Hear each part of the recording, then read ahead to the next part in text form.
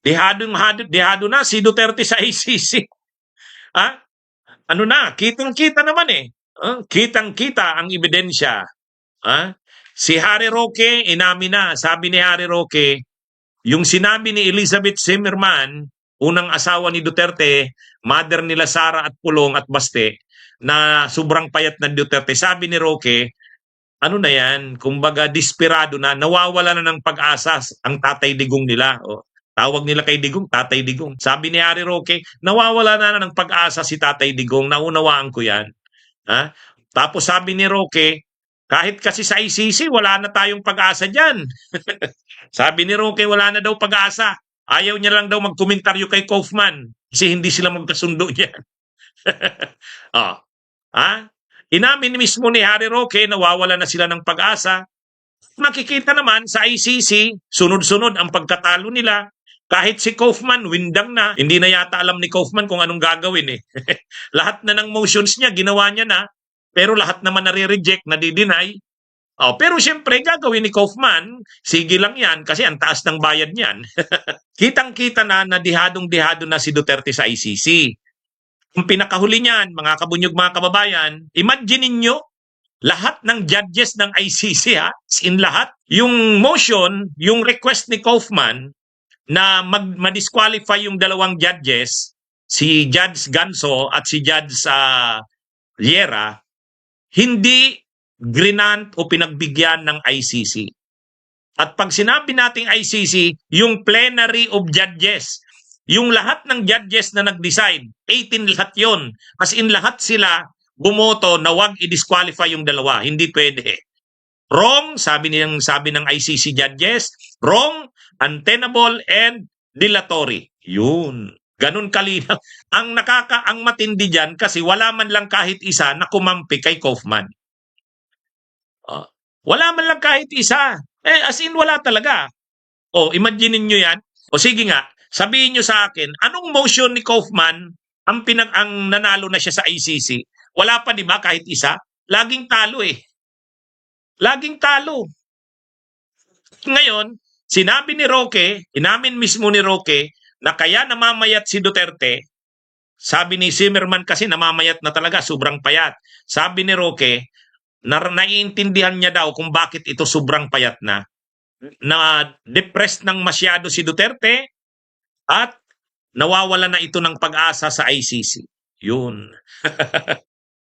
Ay, si Wilfredo Pampilon sa Masbate. Ayan, salamat. Shirley Tang, shout out. Kaya ito mga kabunyog, mga kababayan, si Roque, nag-live si Roque, sabi niya, nauunawaan ko, ang tawag nila kay Digong, Tatay Digong. Nauunawaan ko si Tatay Digong. Desperado na siya sa sitwasyon niya. Hopeless na itong ICC, wala nang maaasahan dyan. Sabi ni Roque, ayaw ko na lang magkomentaryo kay Kaufman kasi hindi kami magkasundo dyan. Anyway, si Kaufman din, mapapansin mo din, windang na din. Ang nangyayari dito, dihadong-dihado na si Duterte sa ICC. Makikita mo naman, walang motion, walang motion si Kaufman na napagbigyan ng ICC. Wala. Sige nga, sabihin nyo kahit isa. Mayroon ba? Kaya si Duterte, si Digong, sabi mismo ni Roque, ang feeling ni Duterte, ni Digong, hopeless na yung ICC na yan. Kaya kumbaga parang parang nag-hunger strike na si Duterte, depressed na eh. Kaya ito namang mga supporters ni Duterte, pinapanood ko yung isang supporter ni Duterte, doon kasama ni Roque nang nagla-live. Sabi nung isang supporter ni Duterte, ay kung pwede nga lang, sunugin na namin tong ICC na to eh. So gusto na sunugin namin ang building ng ICC. Bakit nila kinikip si Digong on what charges? Ang tagal ng September. Napanood nyo ba yung live na yun ni Roque? Nakatabi niya yung isang DDS supporter. Sabi nung isang DDS supporter, sa totoo lang, hindi na nga namin alam kung anong gagawin eh. Para matulungan namin mapalaya si Tatay Digong. Sabi niya, Tatay Digong ang tawag niya, kasing edad niya lang yata si Digong eh. Or matanda lang ng kunti sa kanya si Digong. Pero sabi nung DDS supporter, wala na nga kaming alam na pwede namin gawin eh. Minsan iniisip namin, kaya, sulugin na lang natin yung dingding ng tama ka Adnilib, actually desperate na. Napanood nyo ba yon? Imagine niyo yung isang DDS na yon, naka-live siya. Sabi nung isang DDS, actually, wala na kaming nakikitang solusyon eh. Parang minsan nga iniisip namin, sunugin na lang kaya. Magamat ano yon, magamat pabiro yon, pero hindi magandang biro yon. Nakakarating yun sa ICC. Yun ang problema dito sa mga DDS. 'Di ba? Yun din ang binanggit ng prosecutor ng ICC ni Nyang. Sabi ni Nyang, itong mga supporters ng Duterte, talagang grabe ang rant nito at saka mga pagsisigaw para kay Duterte to the point na mahirap mong i-release si Duterte. Kaya yung interim release ni Duterte, malamang hindi magagrant ng ICC, kagagawa nila Roque, kagagawa ng mga DDS. Imagine niyo nag-live si Roque, katabi niya yung isang DDS supporter. Ang sabi ng isang DDS supporter, wala na nga kaming nakikitang paraan. Minsan iniisip namin, sulugin na lang kaya natin tong walls ng ICC para makalaya na si Tatay Digong. Di ba? Di ba? Yun eh. Grabe. O ngayon, nagre-request kayo sa ICC, nakikiusap kayo, na palayain si Duterte, interim release yung Tatay Digong nyo. Kit sasabihin nyo na, wala na kaming nawawala na kami ng tiwala. Minsan iniisip namin, ano kaya sunugin na lang tong Pwede ba? Tapos ngayon, sa halip na matuto na sila na mali yung kanilang ginagawa at nagagalit ang ICC sa ginagawan, akala naman nila na pressure ang ICC doon. Ang akala kasi ng mga DDS supporters sa kanila Roque, yung mga rally nila, napipressure ang ICC. Hindi mo mapipressure ang ICC doon. Hindi naman nagde-decide ang ICC based sa mga pressure na yan. Ano to eh? Gusto nyong maawa. Gusto nyong maawa ang ICC kay Duterte. And yet minumura nyo ang ICC at sinasabihan yung sunugin. Hindi mo na maintindihan kung ano ba talaga ang strategy nila. Hindi mo na maintindihan ang strategy nila. Unang-una, nagrarally yung mga DDS. Binabastos ang ICC. Yun na nga, yung isa nagbabanta. Minsan sabi nung isa, minsan iniisip namin, sunugin na lang kaya natin tong ICC. Tapos, lumalapit si Kaufman sa ICC, nakikiusap. Kaya sabi nga nung prosecutor ng ICC, ni Mami Nyang, paano kayo magre-request ng interim release para kay Rodrigo Duterte at sasabihin yung walang flight risk yan, walang impluensya yan, susundin yan ang conditions ng ICC, and yet, iba ang ginagawa nyo. Iba ang ginagawa nyo. Yung mga supporters ng Duterte, nagsisigaw, nagbabanta ng kung ano-ano. Paano mo ngayon makukumbinsi ang ICC na katahimikan ang gusto ni Digong, na ang gusto niya lang makalaya, makasama ang pamilya? Hindi. Wala, hindi consistent. Ito naman si Kaufman, ginagamit niya yung legal process ng ICC, pero nahihirapan din siyang i-handle kasi daming ebidensya talaga kay Duterte. Alam yan ni Kaufman. Alam yan. Kaya nga gusto ni Kaufman, wag nang dumating doon sa trial proper. Ang gusto ni Kaufman, dito pa lang sa issue ng jurisdiction, manalo na si Duterte. Gusto niya, madismiss na yung kaso ni Duterte, technical. Parang katulad ng impeachment ni Sara. Kasi mabigat nga ang mga ebidensya. Imagine niyo nung isang araw, 11th batch na, pang-11 ng batch ng ebidensya yun. Pang-11 batch ng ebidensya, 1,000 pieces. Ibig sabihin, batch by batch yung pag-submit ng ebidensya ng prosecutor laban kay Duterte. Batch by batch. Yung pang-11th na batch, 11 items, 1,000 items. O di, grabe, tambak. Tambak ang ebidensya kay Duterte. Kaya, si Kaufman, alam niya. Kahit si Roque nagsabi na rin, wala na yan. Ang ICC, hindi na kami umaasa dyan. Ang sinasuggest naman ni Roque, doon na daw sa Dutch Court. Huwag na daw umasa sa ICC, sa Dutch Court na. Ay kaya lang, hindi naman sinasang-ayunan nila Sara. Kasi siyempre, sila Sara Duterte na kay Kaufman pa rin ang tiwala. Ang problema naman kay Kaufman, wala pang naipapanalong motion. Nakukuha nyo yung nangyayari, mga kabunyog, mga kababayan? Si Roque, inaamin niya na wala na yung ICC na yan. Lihado na dyan. Natalo na dyan sa ICC, sabi ni Roque. Ayaw niya lang mag-comment kasi hindi sila magkasundo ni Kaufman eh. Sabi niya, oh, ngayon, ang sabi ni Roque, kung sinasuggest niya, doon na lang daw sa Dutch court, doon na lumapit. Questionin na daw yung human rights violation kay Duterte, yung pagkidnap. Kaya lang, ang sabi ni Roque din, ang problema daw, yung pamilya ni Duterte, hindi naman kinukonsider or siniseryoso yung kanyang suggestion. Kasi ibig sabihin, sila Sara, nandun pa rin ang tiwala kay Kaufman. Ang problema naman kay Kaufman, nawawala na rin ang tiwala ni Roque at ng mga supporters ni Duterte kasi nga, walang naipapanalong motion. Lahat ng motions niya, talo denied, reject. Kaya, sabi ni Roque, naiintindihan niya daw kung bakit pumapayat na si Digong sa loob. Parang nagiging hopeless na. Hopeless na. Yon. Kaya, ito namang mga hope, pati mga DDS, actually, paunti na ang nagrarally doon sa Duterte Street. Sila Roque na lang ang nandun, saka yung ilang mga solid pang DDS. Ginagawa na lang nilang content yung rally nila doon. At least pag nag-rally sila doon, may content na naman si Roque. At least pag nag-rally sila doon, kahit kikinsi na lang sila, may content yung Alvin. Di ba? Dahil may content, may nagko-cover pa ng rally nila doon, may nababalita pa sa Pilipinas. Parang gano'n na lang ang Gano'n na lang ang ginagawa nila. Nagra-rally sila doon kahit konti para maipakita na may supporters pa si Duterte doon kahit papano. Tapos yung mga vloggers naman ng DDS sa Pilipinas, may nababalita pa na nangyayari sa dahig. So yun ang purpose nila dyan.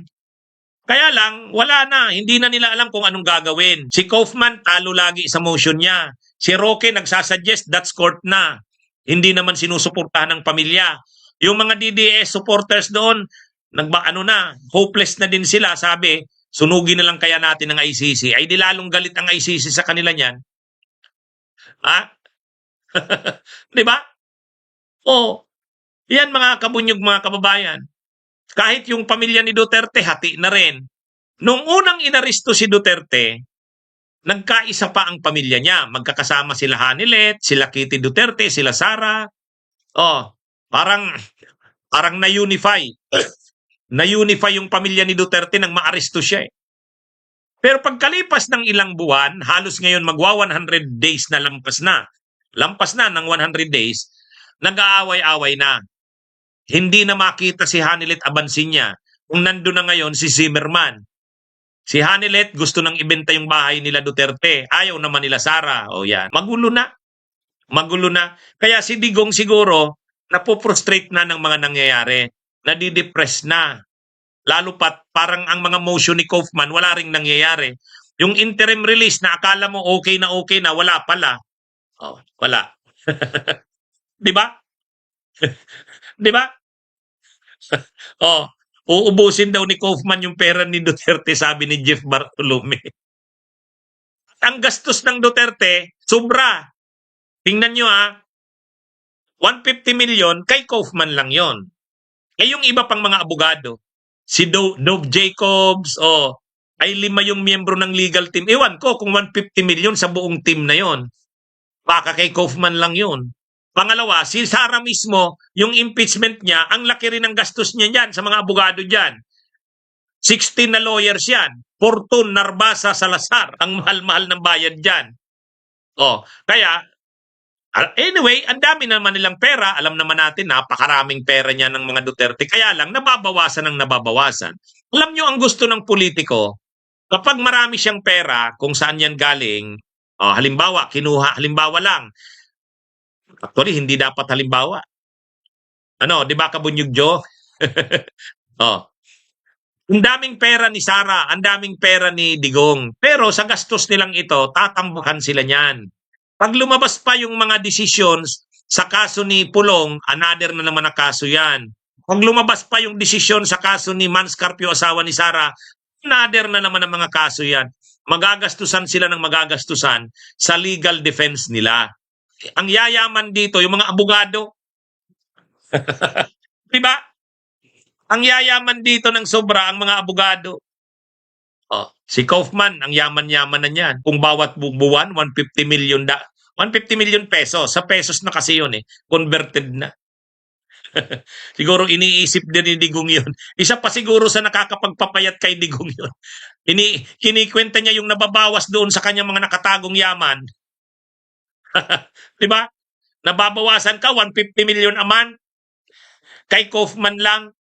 Yung iba pang mga gastos nila, pabalik-balik sila dyan sa The Hague, sa the Netherlands. Ano yan?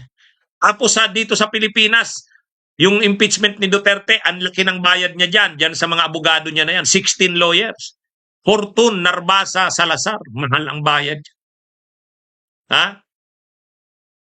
O, sabi ni JMS Iloilo, saan na balita naman na 150 million kada buwan si Kaufman? Ay di ba yun yung lumalabas na balita? Hindi ko confirmed din yan. Pero yun yung lumalabas. Assuming na yan nga. Ay di ang laki niyan. Trilyon ang pera ni Duterte, sabi ni Celerino Caluwag. Okay, sabihin nga nating trilyon. Pero alam nyo, kapag nakaipon niyang mga ganyan ng trilyon, ayaw na nila sanang mabawasan yan. Gusto pa nga nila madagdagan. Ang problema, hindi na yan madadagdagan ng madadagdagan kasi hindi sila kakampi ng administrasyon eh. So kukunti lang ang nakukuha nilang pondo ngayon. Ha? Oh, pangalawa, nagagastusan sila ng malaki dito sa mga legal na battles nila. Oh. Kaya ano ito, mga kabunyog? Problemado na talaga ang kampo ng mga Duterte. Ha? Ang ganyang edad, marami akong kakilala. Kapag yung nakasanayan mong activities ay hindi mo na nagagawa, biglang magbabar down ang katawan mo. Mayroon akong kakilala. Napaka-active niya, napaka-active niya. Tapos nag-retire siya. Pag-retire niya, yung mga dati niyang ginagawa, hindi niya na ginagawa. Alam niyo kung anong nangyari? Nag-bar down ang katawan. Kahit yung isip niya, medyo ganun pala yun. Pag tumatanda ka pala, dapat hindi ganun ka-abrupt, kabigla yung pagbabago sa pace mo. Yung pace mo, yung dati mong pace, ay si Duterte. Nang nasa Pilipinas yan, kahit ganyan. Lagi pa yan nagmumura. Tulad kay Duterte, nakakulong ka na. Hindi ka na di ba dati naman, kahit sinasabi niyang mahina na, biyahe ng biyahe pa rin kung saan. Karating pa nga ng Hong Kong. Tapos madalas kasama niya, nakikipag-usap siya kila Media Aldia, kila Attorney Martin Delgra, o pupunta siya, kausap niya sila Panelo. Very active pa rin si Duterte. At siguro kahit yung kanyang mga girlfriends, inaano pa rin siya. Ano pa rin si Duterte. Natutuwa pa rin na maraming chicks, babaeng nakapaligid sa kanya, mga girlfriends niya. Ay ngayon biglang nawala. Dati kahit sabi niyang retired na siya sa politika, nakikialam siya sa politika sa Pilipinas. Laging kausap niya ang mga leaders ng PDP, leaders ng Maisog. Ngayon nawala lahat yun eh. Natigil lahat yun. Kaya yung biglang pagtigil ng pace ng buhay mo, yung biglang pagtigil na biglang nabago ang pace, yung active, tama, yung pagiging active mo, tama si Cecil Yander. Yan yun. Sabayan pa ng mga nababalitaan mo na ang pamilya mo ay nag-aaway-away. Mga girlfriends mo nag-aaway-away. Sabayan pa ng namumonitor mo na yung mga motion ni Kaufman ay nadi-deny, nare-reject. Di ba? Yan yun. Shout out Benjamin Marinas. Yan yun. Ano yan? Kumbaga, pagsasalubong yan ng iba-ibang mga factors. Yang ano na yan ni Duterte. Ano niya yan? Withdraw. Hindi, totoo. Pwede rin. Yung gamot niya na yan, na fentanyl, withdrawal, baka inaano siya sa kulungan, hindi siya pinapagamit niyan. Frustrations, pagbabago ng pace mo, from yung active na buhay mo, lagi kang nagsasalita, ngayon bigla nawala. Ang nagiging kausap niya na lang, pamilya, abogado. Bawal siyang bisitahin. Kahit sila Bato pumunta doon, hindi siya pwedeng bisitahin. Kahit sila Ruben Padilla. Kahit sila yung mga abogado niya, hindi siya pwedeng bisitahin kasi hindi niya naman abogado.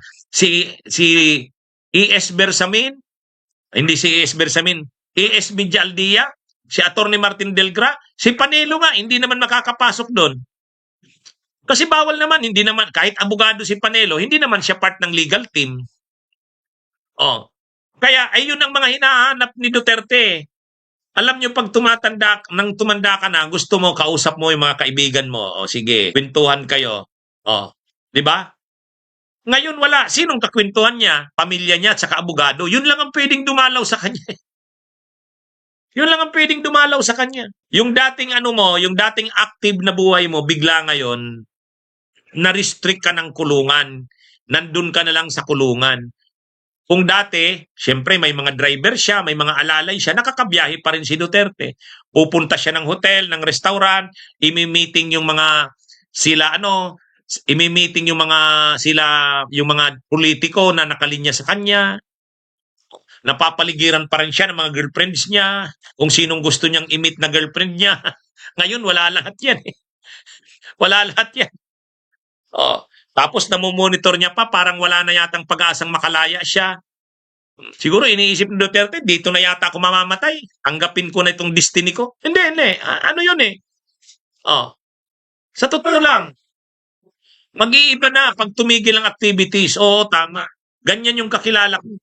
Dati, mga napaka-active, tapos bigla, natigil yung kanilang fast-paced na buhay. Anong nangyari? Ha?